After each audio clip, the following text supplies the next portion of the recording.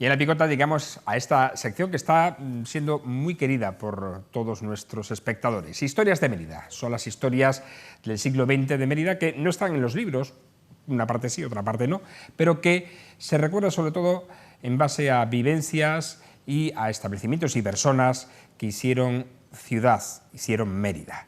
Para hablar de estas historias de Mérida tenemos con nosotros al cronista oficial de la ciudad y compañero Fernando Delgado. Buenas noches, ¿cómo estás? Muy buenas noches, estupendo. Y hoy, acompañados, muy bien acompañados, del que fuera alcalde de la ciudad durante muchos años, Antonio Vélez. Buenas noches. Buenas noches, un placer y estar con vosotros. Así, te iba a decir, lo único que te falta es que haber sido nombrado también cronista oficial, porque tú de Mérida conoces mucho, ¿no? Lo siguiente. Hombre, tengo muchas generaciones hundidas en la historia de Mérida, vamos, hundidas que se pierden en la historia. Bueno, vamos a hablar precisamente hoy de Proserpina, del origen de Proserpina. Ahí vemos fotografías de las primeras instantáneas que se hicieron cuando no había apenas edificaciones, ni chalets, ni nada que ver con lo que ahora conocemos. Nada, el principio de Proserpina viene de los hermanos Antonio Clemente Pacheco y su hermano Alfonso.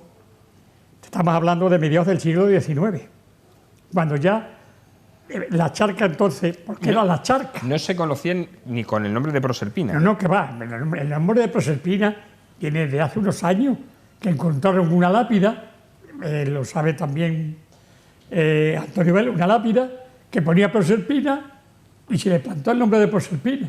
Porque era conocido el lugar como la finca de la Albuera, ¿no? La charca de la Albuera. La sí. charca de la Albuera. O la Albuera de Carija, también. Tenía esos dos nombres. Y estos dos personajes, digamos que eran los dueños de toda esa zona. Y se lo quedaron en herencia Alonso de la Concepción, Pacheco Blani, que a su vez tuvo una serie de hijos. Estoy hablando de una generación de los Pachecos, que era Carlos, que fue alcalde de Mérida, Antonio, que fue senador, Alonso, que fue presidente de la Diputación, Josefina, Margarita, que fue la mujer de Román García de Blanes Osorio, que fue el primer Blanes que vino aquí, y Fernando, que después fue lo que vinieron de Fernando Burnay, que vienen de ahí, de lo que fue en la Plaza de España, el Palacio de los Mendoza, y después se los compraron los Burnay. Pero de Proserpina, esto.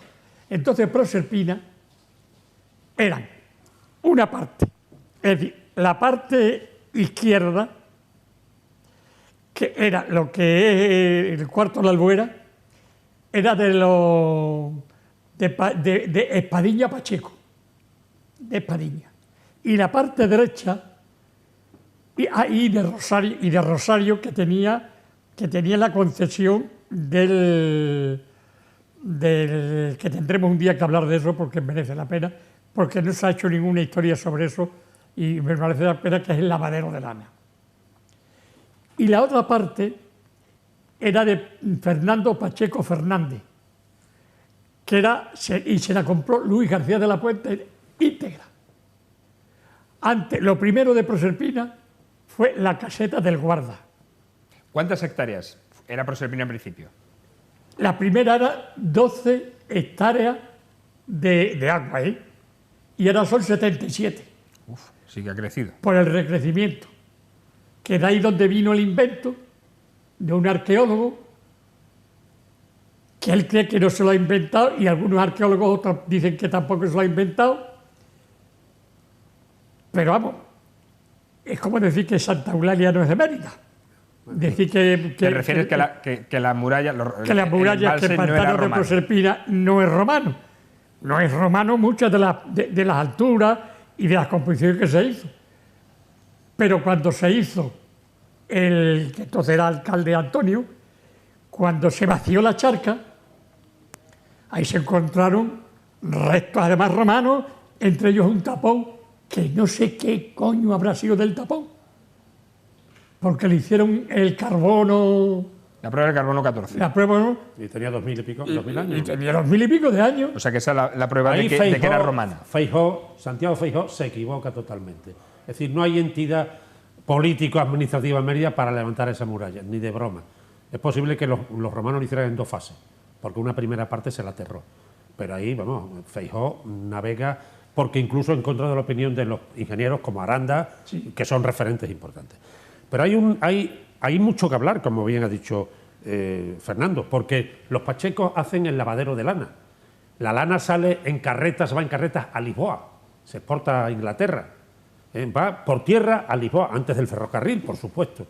Pero hay otro elemento que es historia de España más brillantísima. Ahí se libra la batalla de la Albuera, donde se termina las aspiraciones al trono de Castilla de Juana la Beltraneja, la hija de Enrique IV el Impotente, el hermano de Isabel la Católica.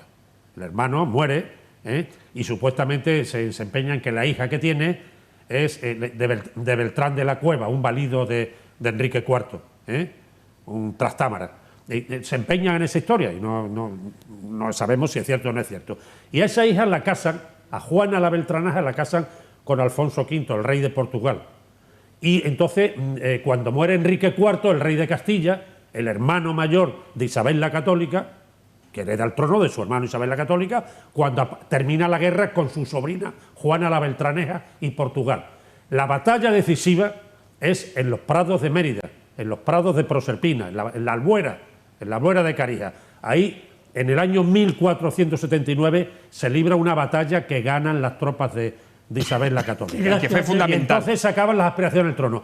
Por eso, años después del centenario, en 1982, sacamos fondos y con los fondos del centenario, del quinto centenario de la unidad de España, de los pueblos de la vieja España, Castilla, Aragón, 1479. ¿Por qué se refieren al 1479? Porque es el año en el que se acaba la pugna, la reivindicación al trono de Castilla por parte de los portugueses y de la consorte del rey de Portugal, con esa batalla, Juana la Beltraneja. Y se liquida aquí. Y 2 años después el gobierno de la UCD saca una vía para conmemorar el quinto centenario de la unidad de España. Y me llama Pepe Arangue Gil, que había sido alcalde, entonces era concejal de la UCD, Antonio, y era diputado provincial, y movimos aquel tema, hicimos un expediente con la batalla de la Albuera y le compramos a Martín Giribal Dueña la Antigua, la ermita de la Antigua, en la barriada de la Antigua, la vieja ermita de la Antigua, que había sido un bien desamortizado. Y con fondos de ese tema, 11,5 millones nos dieron, 3,5 puso el ayuntamiento. 3,5. Y por 15 millones le compramos a Martín Giribal Dueño toda. Antonio, y que gracias a esa batalla hubo la unificación nacional. Esa es la batalla. Porque si se pierde, que estaba también implicada la duquesa de Medellín. Claro, estaba de parte de los portugueses. La duquesa de Medellín estaba en favor de los... Estaba con los portugueses. Y la aristocracia, la nobleza cacereña también. Por eso desmocharon las torres de la torre defensiva. Sí. Lo que queremos decir es que Proserpina tiene una historia pero tremenda. De siglos. Y la moderna, que es la que tú quieres que hablemos, maravillosa. Ahora, esa la hablaremos en el próximo programa. A mí pero me gusta hablar también delante porque Fernando, antes nos vamos a quedar, porque si no nos perdemos y al pero final no Fran, hablamos de lo fundamental. Da un segundo, que ahí se forjó la unidad de España, que lo sepa ha quedado España claro. Entera. Ha quedado claro. ¿Cuándo empieza a forjarse la leyenda de Proserpina como sitio de recreo de Mérida? El recreo de Mérida, en principio, porque Fernando Pacheco Fernández, que era un magnífico tirador de tiro de pichón, que entonces estaba lo que actualmente es la Consejería de Agricultura. Ahí estaba el tiro de pichón. ¿Sabes? Que ahí es donde se pusieron los bombardeos de Franco para barrer Mérida. Ahí se pusieron los cañones. Ahí, Los cañones, sí. los cañones. Un cañonazo dio en la fábrica donde trabajaba tu padre, Sevillana. que era una chimenea enorme. Vamos, eléctrica de Mérida. Otro dio en la Plaza de España, donde estaban los muebles Martini. Y otro dio en la fachada del ayuntamiento. Con la suerte de que ese cañonazo fue el que hizo que los que no eran de Mérida ninguno, los que estaban custodiando los presos que había allí, que sí eran de Mérida, salieron huyendo. Ahí estaba el tiro de pinchón.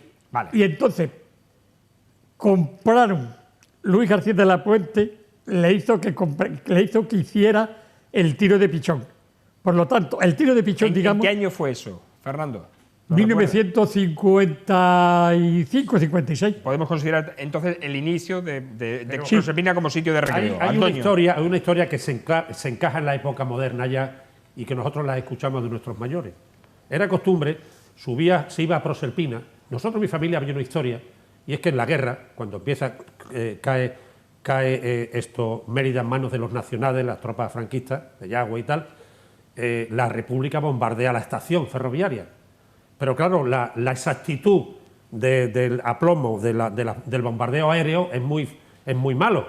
Y de hecho caen bombas en la puerta de la villa, en la zona esa, muere una hija de Valverde, el viejo. Sí.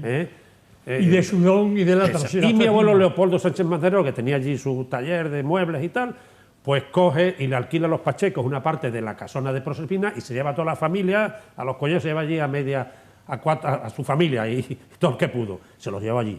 Y mi madre, que ya era mi madre nació el 16, en la guerra tenía 20 años, 19 años, pues le coge mucho gusto a aquello. Y nosotros desde chicos vamos sistemáticamente allí, a la Casa de la Confederación. ¿A partir de qué año aproximadamente? Hay una historia, pues del año, éramos niños chicos, mediados de los 50 o quizás antes.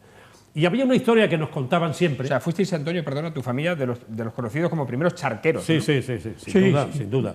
Y de los chalés primeros se hicieron, fue mi padre uno de ellos, con Ramón Guerrero, con Lolino, con Mariño, con toda aquella Gordillo, toda aquella zona inicial donde estaba Lolino, las pistas de Denis, fueron de los primeros, estoy hablando de principios de los 60. Sí.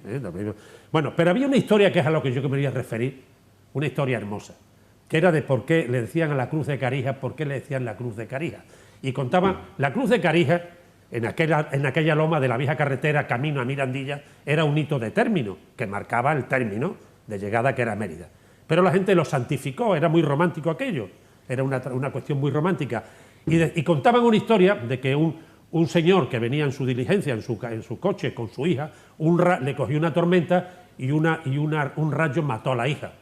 Y él, delante de aquella cruz con la hija postrada en brazos, exclamó aquello cara hija, que quería decir valiosa hija o querida hija, cara hija. Y por eso se habló de Carija como una leyenda romántica de un viajero en su diligencia que mata a su hija un rayo y cuenta esa historia, cuando realmente aquello era una cruz de término. Y seguramente había la toponimia de Caricio, el fundador de Mérida. Pero se inventó una historia romántica, posiblemente, como bien decía Fernando, a mediados del siglo XIX, y era cara hija, pobre hija, y todo el mundo contaba la leyenda de aquel pobre viajero que le mató un rayo una hija debajo de aquella cruz. Y cuando pasamos por Carija, cuando íbamos en las bicicletas, íbamos en los coches, íbamos en los carros, nos santiguábamos, como hacían los mayores. Sí, había una cruz allí. Como un recuerdo romántico. Romántico, bueno, pues Además, como tú decías, lo primero fue el tiro de pichón, la casa del cuartel, la casa de guarda, y había algo que yo creo que es antes que el tiro de pichón y que el cartel de guardia, que actualmente lo tiene Miguel Hernández. La cantina. La cantina como un campamento de militar los soldados, que eso es anterior a todo esto. Porque hubo allí un campamento militar. Hubo un campamento militar después de la guerra, sí. Tiempos después había un campamento del cuartel Hernán Cortés, de aquí de Mérida, iban allí. Y entonces tienen una cantina, que es la que tiene, como decía Fernando. Y había otro sitio que era el Palomar del Lavadero, que estaban los de la Marta. Sí. El Palomar. Estaban los Hernández en la cantina, nosotros en la Casa de la Confederación, que mi padre Antonio Vélez, que le dejaban la Casa de la Confederación porque él hacía trabajos de eléctricos o lo que fuera, y entonces, bueno, pues era obsesivo del campo, y mi madre más. Y los de la Marta, y luego con los pachecos. Y hay, Antonio, una anécdota que yo no me acuerdo, pero tú sí, porque eras alcalde, y fue un coronel que estaba loco. Y un día le dio por tomar Mérida. Fajardo.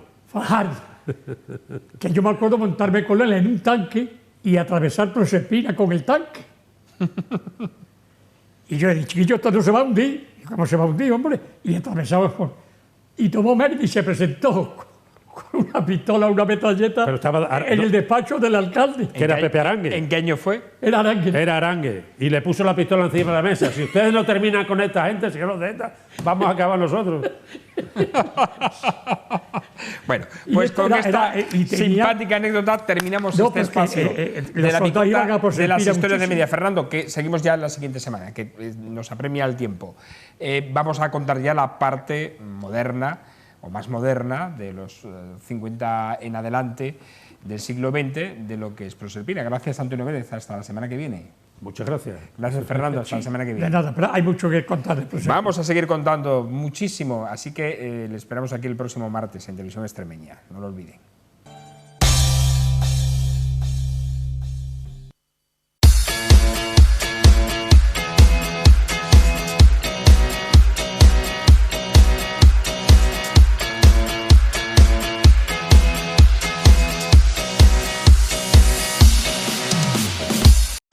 Si quieres comer, tienes que venir a La Traviesa. Prueba nuestras especialidades de cachopo, carnes con buey, vaca premium, paletilla de cordero recental y los mejores pescados y pulpo.